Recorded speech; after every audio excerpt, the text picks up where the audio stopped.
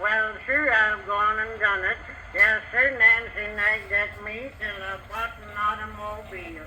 It come one day last week, and Nancy ain't been tickled over anything since her crazy quilt took a prize at the county fair, as she was over that joy wagon. Well, I felt it in my bones. I'd made a fool of myself or soon would, so next day I filled it full of gasoline and got all ready to take Nancy, Jim Lawson, and Ezra Hoskins out for a ride.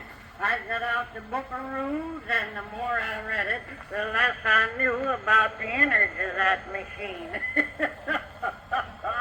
Jim said I had to turn the crank to shoot a dog.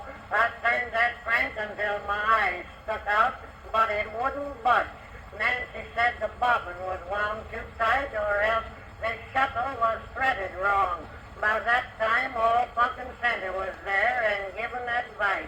Lige Willis said I ought to talk kindly to it and offer it some oats. Hank Weaver said I ought to lead it around for a spell until it got to know me. And Cy Pettingill said maybe I hadn't watered it yet, and Deacon with his spoon wanted to offer prayer. Well, I grabbed hold of that crank again, and it flew back and hit me on the shins, and I sat down in the yard to think it over, and Nancy said the language I used was just shameful. Just then Jim Lawson said, "Don't this plug go in somewhere?"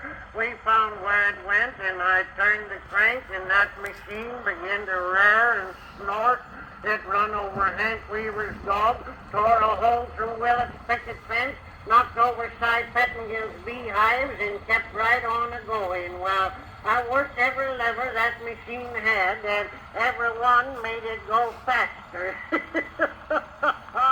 Nancy was screaming, Ezra Hoskins was praying, and it wouldn't be right to tell what Jim Lawson was doing, but Nancy said it sounded like he was talking to the Lord. Just then we went through Ab Whitaker's wheat field and started on fire, and I managed to steer it out onto the turnpike road, but that didn't help matters any, 'cause it only hit the road once in a while. It tore down the toll gate, ripped off one side of the covered bridge, then started off through Dave Fisher's pasture and killed 4 sheep and a cat, and then run into a haystack and blowed up.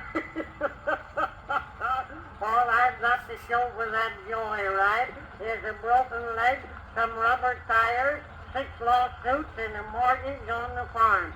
Nancy said if we ever own another one, we'll have a regular chiffonnier to run it.